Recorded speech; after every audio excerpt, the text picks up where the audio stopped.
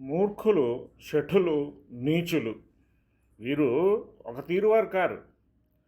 వారి వారి విద్యాబుద్ధులను బట్టి, సంస్కారాన్ని బట్టి రకరకాల వారు ఉంటారు. వీరు గుర్తు వచ్చినప్పుడల్లా ఇదిగో వీళ్ళు ఇలా ఉంటారు సుమండి, జాగ్రత్త, వీరి పట్ల ఏమరి ఉండకండి అని సమాజాన్ని హెచ్చరిస్తూనే ఉంటాడు నీతికారుడు. చెప్పిందే చెప్పినట్టు అనిపిస్తుంది, కానీ ఒక మూర్ఖుడికి ఇంకో మూర్ఖుడికి, ఒక శఠుడికి ఇంకో శఠుడికి, ఒక నీచుడికి ఇంకో నీచుడికి ఎంతో భేదం కనపడుతూనే ఉంటుంది. వీరొక రకం మూర్ఖులు. యత్కించన ప్రళాపీ పరమర్మ కుతూహలో విగతలజ్జ సర్వక్రియాసు శక్త భవతి చ పారిప్లవో మూర్ఖ. మూర్ఖుడు నిలకడ లేకుండా ఏదో వాగుతూ, పరుల రహస్యాలు తెలుసుకోవాలని కుతూహలపడుతూ, సిగ్గులేక ఏది పడితే అది చెయ్యడానికి సిద్ధపడుతూ ఉంటాడు. వీరు పెద్దలు, వీరు పిన్నలు, వీరు స్త్రీలు, ఈ తావు తగనది అని ఏమాత్రం చూడకుండా నోటికి ఏది వస్తే అది పేలతాడు మూర్ఖుడు. అసలు అక్కడ తాను మాట్లాడవలసిన ఆవశ్యకత ఉందా లేదా కూడా చూడడు. ఆ సందర్భంలో తనకు మాట్లాడే యోగ్యత ఉందా లేదా చూసుకోడు. అట్లా మాట్లాడడం సబబా కాదా అని చూడడు. ప్రకరణ ఔచిత్యం ఉండదు, ప్రసంగ ఔచిత్యము ఉండదు. నోటికి వచ్చినట్టు వాగుతాడు. వాడికి ఉన్న యోగ్యతల్లా అక్కడ ఒక్కటే.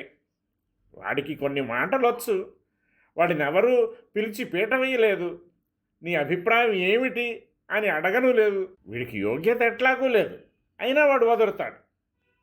ఎదుటివాడి రహస్యాలు తెలుసుకోవాలని తెగ ఆరాటపడిపోతాడు. చాలామందిలో ఈ జబ్బు చూస్తూ ఉంటాం.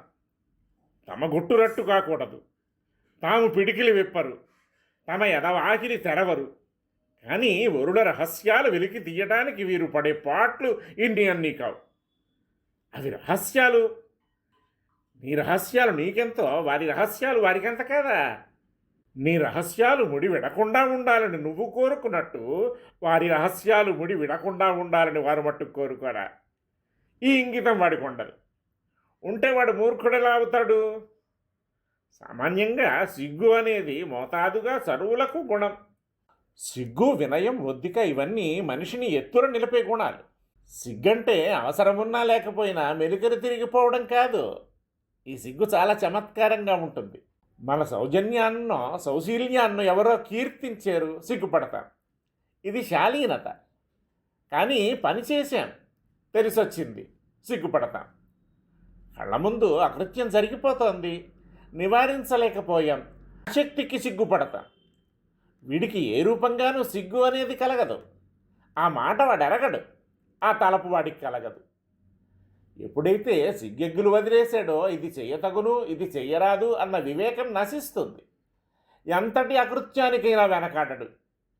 ఘోరాలు, క్రూరాలు చేసేవాళ్ళు కూడా కొన్ని పనులు చేయటానికి వెనకాడతారు. లజ్జ కానివ్వండి, మొహమాటం కానివ్వండి, అహంకారం కానివ్వండి, ఏదో వారిని వెనక్కు లాగుతుంది. కానీ ఈ సిగ్గెగ్గులు వదిలేసిన మూర్ఖుడున్నాడే, వాడికి చెయ్యరాని పనంటూ ఉండదు. ఈ కాని పనులు చేయడంలో కూడా వాడు స్థిరుడు కాడు, చలచిత్తుడు. క్షణక్షణానికి వాడి బుద్ధి మారిపోతూ ఉంటుంది. వట్టి అవ్యవస్థ చిత్తుడు. ఇట్లాంటి వాళ్ళ అనుగ్రహం కూడా భయంకరం అన్నారు. ఇట్లాంటి మూర్ఖుల్ని 1000 కనుల కనిపెట్టి ఉండాలి అని హెచ్చరిస్తున్నాడు నీతికారుడు.